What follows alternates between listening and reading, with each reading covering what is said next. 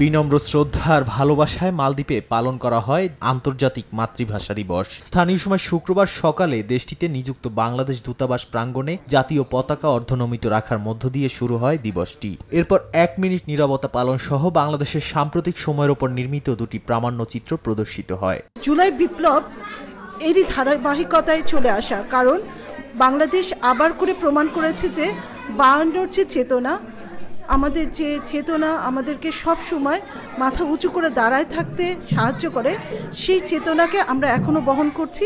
আজকে আমরা যে সালাম, রফিক, জব্বার, বরকত, শফিরকে স্মরণ করি, এটাই প্রমাণ করে যে আজকে 75 বছর পরেও আমরা তাদের নাম স্মরণ করি, অর্থাৎ তারা জীবিত আমাদের মাঝে।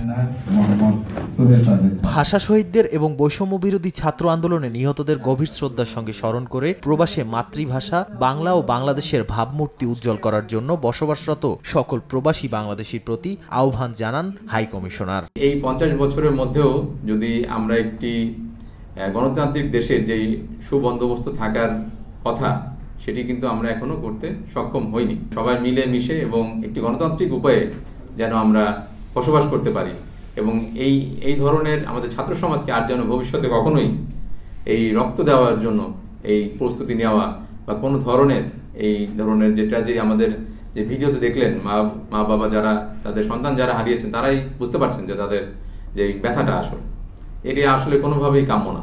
আলোচনা অনুষ্ঠান শেষে বিকেল গড়িয়ে সন্ধ্যা হতেই দূতাবাস কক্ষ ভরে যায় আগত শিশু কিশোর ও অতিথিতে। এরপর শিশু কিশোরদের অংশগ্রহণে শুরু হয় কবিতা আবৃত্তি ও চিত্রাঙ্কন প্রতিযোগিতা।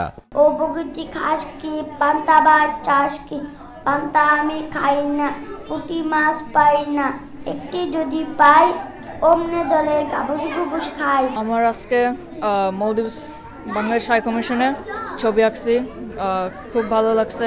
আমাদের অনেক বিদেশি বন্ধু আছে, তারাও ছবি এঁকেছে, ছোট বড় অনেক।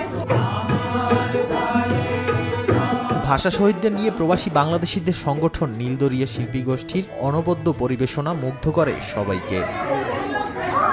সময় সংবাদ, মালদ্বীপ।